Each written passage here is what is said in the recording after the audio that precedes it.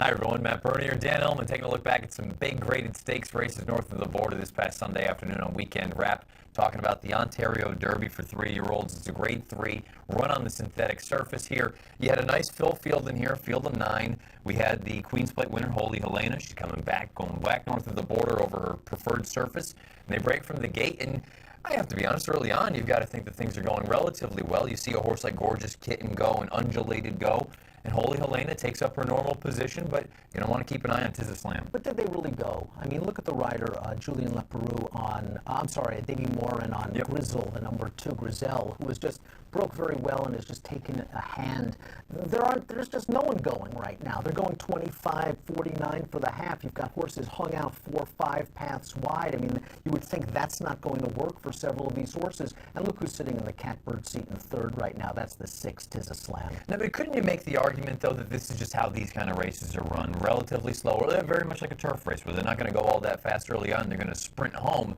With a horse like Holy Helena, I suppose the jury and the question was still remaining, was that form early on just kind of an aberration because she'd run 2 giant races and then she ran quite poorly up at Saratoga? Yeah, but I think the dirt was the question there. We saw what we got from Holy Helena up at Woodbine, not only in the Queen's Plate, but in the Woodbine Oaks. We knew that she was okay. She ran very well in here, considering the lack of pace up front. You're right that most of these races are run like turf races, but still, in a turf race situation like this, you want to be up close to the pace. I was surprised that Leperoux on Undulated didn't go. I was surprised that Morin on Grizel didn't go. And right now, Tiz Slam is in the clear. She is the favorite of these horses in front, and she's going to make her bid. She gets the jump on Holy Helena, and basically she turns the tables in the Queen's Plate. And the big thing is Tiz Slam is no slouch. This is a very, very talented horse. He's getting full flight right now. You see Holy Helena, in all fairness though, she has every opportunity, and Tiz Slam just turns her away. She has every opportunity. She's coming with a good, strong, solid run on the outside, but Tiz Slam, you can see, just looks like a bigger, stronger horse,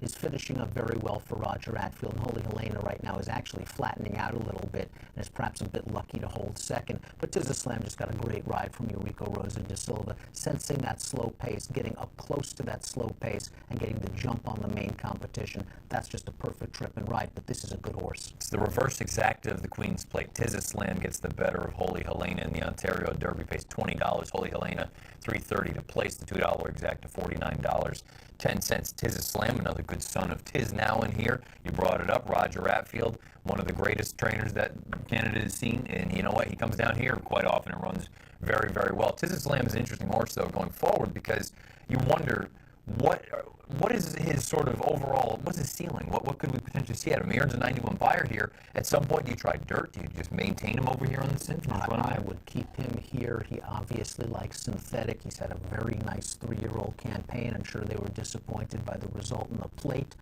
But this is a horse that does his best running on synthetic. Let's give him a break, perhaps bring him back as a 4-year-old. There are lots of rich prizes over the Tapeta and Woodbine for him. Holy Helena, very much the same thing. Give her a break and bring her back next year? I would. I mean, I wouldn't be surprised if they tried dirt at least one more chance, because let's be honest.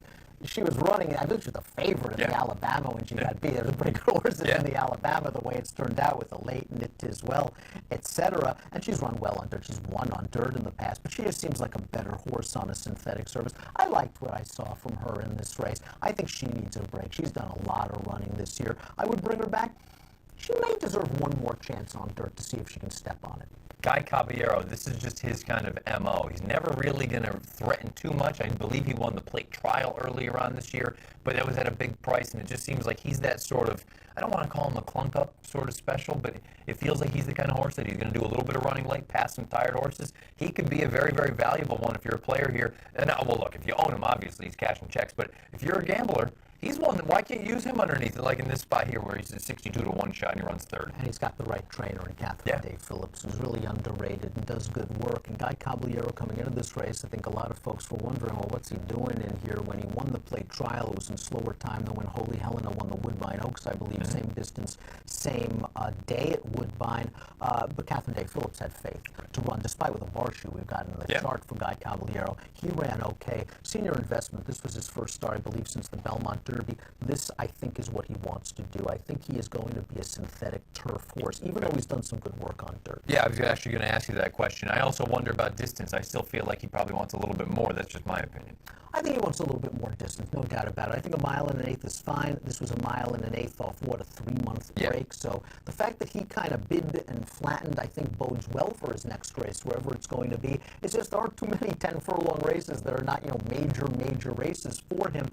I would like to see him on turf and synthetic. Unfortunately, the turf season winding down. Maybe he needs a little bit of a break, although he's just coming back. Grizzle, you can make the case she took her best asset away from her by not sending, correct? She's done good work on synthetic. She's run really well on turf in her prior efforts. I was looking forward to seeing what we were going to get from her in this spot. I'm not going to say that Moran gave a terrible ride. I think he probably didn't want to be on the lead. That's not her game, but sometimes there's no alternative. Yeah. I mean, you're going 25. I'd rather not be looking at a 13-1 shot in the eye, knowing that someone's going to be looming up upside of me, and all of a sudden I'm going to be in between horses. I'd rather control the race. I'm 5-2 in here. I'd want to control the race, knowing I'm going 49. But she's done some good things this year. I think she's going to be sold next month, and we'll see if she comes back to the races or if she goes off and becomes a broodmare. Tizislam turns the tables on Holy Helena, gets the better of her here in this spot Sunday afternoon in the Grade 3 Ontario Derby, wins this spot with a 91 buyer.